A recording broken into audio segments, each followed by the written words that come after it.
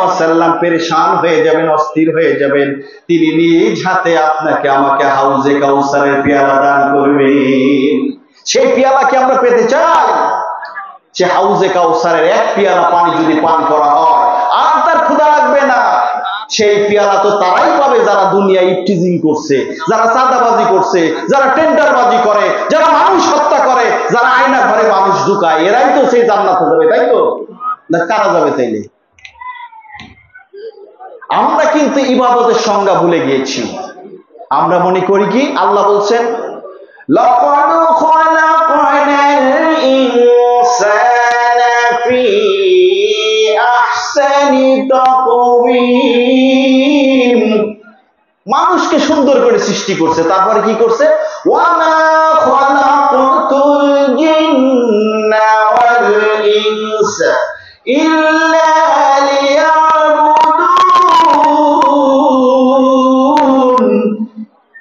মানুষ আর জিনকে ইবাদত ছাড়া অন্য কাজে সৃষ্টি করি নাই। আল্লাহর ডিক্লারেশন। এখানে নামাজ পড়তে 1 থেকে 1.5 ঘন্টা সময় লাগে, ওই 1-1.5 ঘন্টা আমি আল্লাহর ইবাদত করতেছি, আল্লাহর দাসত্ব করছি, বাদ বাকি 22.5 ঘন্টা কার দাসত্ব করবেন? বাদ বাকি 22.5 ঘন্টা যদি নিজের প্রবৃত্তির অনুসরণ করেন, দুনিয়াবি যে নেতার অনুসরণ আপনি করছেন, আপনি জানেন না গত রাত্রে সে পরনারীর সাথে ছিল কিনা, গত রাত্রে সে কারো মদ্যপান করেছে কিনা, গত রাত্রে তার চোখের ইশারায় কোনো মানুষ হত্যা হয়েছে কিনা, আপনি জানেন না গত রাত্রে তার চোখের ইশারায় একটা বৈধ প্রতিষ্ঠানে যিনি শিক্ষক হওয়ার কথা ছিল তিনি বাদ করে 2 নম্বর আর একজন ঢুকে পড়েছে কিনা, আপনি কিন্তু তার ইত্তেবা করছেন। তার ইত্তেবা যদি করেন 22.5 ঘন্টা আর 1.5 ঘন্টা আল্লাহর ইত্তেবা করলেন, রসুলের ইত্তেবা করলেন, তাহলে আপনি আসলে কোন দলের লোক? আল্লাহ এবং আল্লাহ রসুলের পাশের না শয়তানের? আপনাকে নিঃসন্দেহে কি করতে হবে? আপনাকে ভেবে নিতে হবে যে এই জীবনই আমার শেষ জীবন নয়, আমার জীবন অনন্ত জীবনের কাছে যে ঠেকবে, আমার জীবন এই পর্যন্তই পরিসমাপ্তি ঘটবে না। আমি তো এখন দুনিয়ায় আসছি, এখন মা বাবা ভাই বোন আত্মীয় স্বজন সবাইকে নিয়ে আছি, 2 দিন পরে আমি যখন মারা যাব তখন আমার অবস্থানটা কি হবে? ভাইয়ের আমার, চোখ বন্ধ করে যদি চিন্তা করেন, আপনি মারা গিয়েছেন, আমি মারা গিয়েছি, মসজিদের মিনারে আপনারা মারা কথা রাখবে, আপনারা আমার নামে অ্যালাউন্স করা হবে অমুক মারা গেছে। এই কথা শুনে বাড়ির সবাই কান্নাকাটি করবে, এরপর আমাকে চিরতরে এতিম করে কবরের নিচে শোয়াই দেওয়া হবে। কতদিন এই দুনিয়ার মানুষ আপনাকে আমাকে মনে রাখবে? এই জিন্নানগর বাজার মসজিদ সম্ভবত 1948 সনে প্রতিষ্ঠিত হয়েছে। এই মসজিদে যারা প্রথম সারির মুসল্লি ছিল তদনীন্তন সময়, তার নাম আমরা কেউ কি জানি? এরকম 100 বছর পরে আপনার আমার নাম কেউ জানবে না, আমার আমল করার কোনো অ্যাবিলিটি থাকবে না। আল্লাহ এবং বান্দা তো অত্যন্ত কাছাকাছি হয়ে যায় যখন বান্দা আল্লাহর কুদরতি ভাই সেজদায় করে বলে আল্লাহ আমিও তোমার গোলাম, আমার বাপও তোমার গোলাম, জীবনে কোনো মানুষের কথায় মানুষকে হত্যা করি নাই, মানুষের কথা অন্যের প্রতি জুলুম করি নাই, মানুষের কথায় নেতার খুশি করতে কারো বিরুদ্ধে কেস করে ভুট্টা খেতে ঘুমানোর ব্যবস্থা আমি করি নাই। আমি যা করেছি তোমার সন্তুষ্টির জন্য করেছি, যা করেছি যা বাদ দিয়েছি সেটাও তোমার সন্তুষ্টির জন্য করেছি। আল্লাহ আমি তো তোমারই একজন গোলাম, গোলামের বেটা গোলাম, তুমি আমার মাফ করবা না আল্লাহ? এই বলে আল্লাহ কুদরতি পায়ে যখন সিজদায় পড়বেন, আপনি যখন বলবেন ইয়্যাকা না'বুদু ওয়া ইয়্যাকা নাস্তাঈন, তোমার ইবাদত করি, তোমারই সাহায্য চাই, সূরা ইয়াসিনে আল্লাহ বলে দিলেন ওয়া নি'বুদুনি, আমার দাসত্বকার বান্দা, আমার গোলামি কর, আমার দেখানো পথ প্রত্যেকটা জায়গা আমার অনুযায়ী আর সিরাতুল মুস্তাকিম। এই আয়াত দ্বারা এইভাবে বলা হয় নাই শুধু নামাজ আর রোজা আমার জন্য করবি, আর তোর রাজনীতি, অর্থনীতি, সমাজনীতি সব থাকবে দুনিয়া স্টাইলে, এই কথা কিন্তু কোরআনে আসেনি। কোরআনে কি আসছে? আপনি কোথায় ভোট দিবেন তার ফর্মুলা কোরআনে দিয়ে দিয়েছে। কিভাবে দিলেন? আপনি যখন একটা ভালো নেতাকে ভোট দিলেন, এই নেতা যদি ভালো কাজ করে, প্রত্যেকটা কাজের বদৌলতে ফামাইয়া আমাল মিসকালা যাররাতিন খায়রান ইয়ারা ওয়া মাইয়া আমাল মিসকালা যাররাতিন শাররান ইয়ারা, ভালো কাজ করলে যার নামায় আমলে যতটুক সব পাবে আপনিও পাবেন।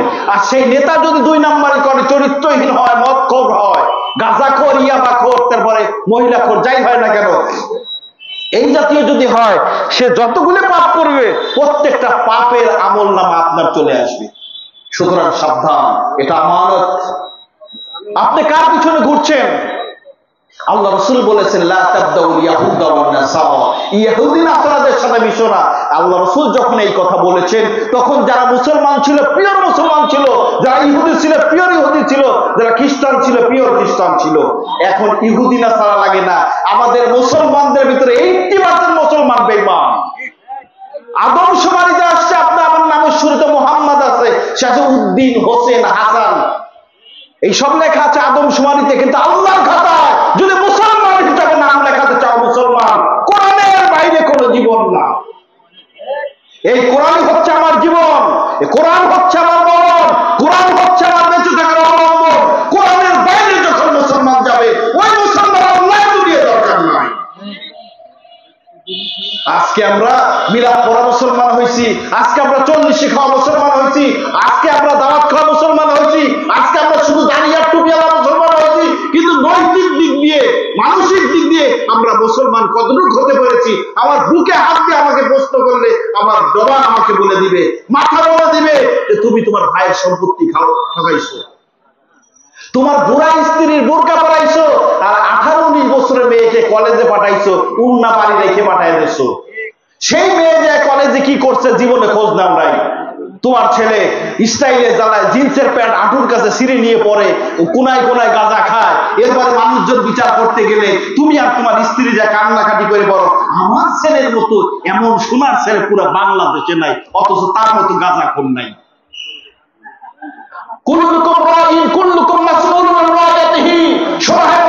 প্রত্যেকেই তোমরা জবাবদিহিতার আওতায় চলে আসবে, প্রত্যেকে দায়িত্ববান, প্রত্যেকে তার দায়িত্বের ব্যাপার জিজ্ঞাসিত হবে। একা একা নামাজ পড়বেন, একা একা কোরআন খতম করবেন, একা একা বেহেশতে যাবেন, ওই রকম ফর্মুলা, ওই রকম সিস্টেম ইসলামে নাই। আল্লাহ বলছেন কি, কু আনফুসিকুম ওয়া আহলিকুন নার, নিজে বাঁচো, অন্যকে বাঁচাও। আজকে দেখেন আমরা নেতা খুঁজি দুনিয়া ভরে, কিন্তু আমার সঠিক নেতা, আমার যে নেতা আপন হলে কোনোদিনও পর হবে না, সে হচ্ছে আপনার আমার কলিজার টুকরা, হৃদয়ের স্পন্দন, আপনার আমার বাবা মা সন্তান, সব তার কদম উচ্ছন্ন হয়ে যায়। তিনি হচ্ছেন জনাব মুহাম্মদুর রাসূল সাল্লাল্লাহু আলাইহি ওয়াসাল্লাম। এই নেতাকে ভালো লাগে নাই, আমার ওই নেতা ভালো লেগেছে যে সামান্য একটা কাজ করে দেওয়ার জন্য 22 কেজি গম পাবে, এই কাজ পাওয়ার জন্য 300 টাকা ঘুষ খায়, সে হচ্ছে আমার নেতা। কিসের মুসলমান? এখন অনেক মানুষ যারা ইসলামী চিন্তাবিদ, তারা বলেন যে এই যুগে কেউ যদি কোনো মুসলমান দেখে মুসলমান হতে চায়, তার কপালে ইসলাম জুটবে না, তাকে ধরতে হবে কোরআন এবং সুন্নাহ। কোরআনুল কারীমে আল্লাহ রাব্বুল আলামিন বলে দিয়েছেন, ফামান কানা ইয়ারজু লিকা রাব্বিহি ফালিয়ামাল আমালান সালিহান ওয়া লা ইউশরিক বিইবাদাতি রাব্বিহি আহাদা। যে তুমি যে আল্লাহ রাব্বুল আলামিনের দিদার পেতে চাও, তুমি কি করবা? ফামান কানা ইয়ারজু লিকা রাব্বিহি, সন্তুষ্টি চিত্তে আল্লাহকে দেখতে চাও, ফালিয়ামাল আমালান সালিহান, তাহলে নেক আমল করো। ওয়ালা ইউশরিক বিইবাদাতি রাব্বিহি আহাদা, আর ইবাদতের ভিতরে কাউকে শরীক করা যাবে না। আপনার ঘুম থেকে ওঠার পরে ঘুমানো পর্যন্ত, জন্ম থেকে মৃত্যু পর্যন্ত প্রত্যেকটা জায়গায় হচ্ছে আপনার ইবাদত। আপনি জমিয়ে যাচ্ছেন, ফসল কাটতেছেন, পাট নিড়াচ্ছেন, কাটতেছেন, ধুচ্ছেন, প্রত্যেকটাই আপনার ইবাদত। সুতরাং প্রত্যেক ক্ষেত্রে আল্লাহকে ভয় করতে হবে। জোরে বলেন, কাকে ভয় করব? দুনিয়ার কোন ম্যাজিস্ট্রেট যদি আমার সামনে থাকে, আরেকজনের জমিতে ভুট্টা কাটতে আমার হাত কাঁপবে। আহকামুল হাকিমিন স্বয়ং আল্লাহ রাব্বুল আলামিন আমার দিকে কুদরতি নজরে তাকিয়েছেন, আর আমাকে সৃষ্টি করে ছেড়ে দিয়ে আমার পিছনে কুদরতি ক্যামেরা লাগিয়ে দিয়েছেন। কিয়ামতের মাঠে ভয়ঙ্কর কিয়ামতে কেউ যেদিন কারো পরিচয় দিবে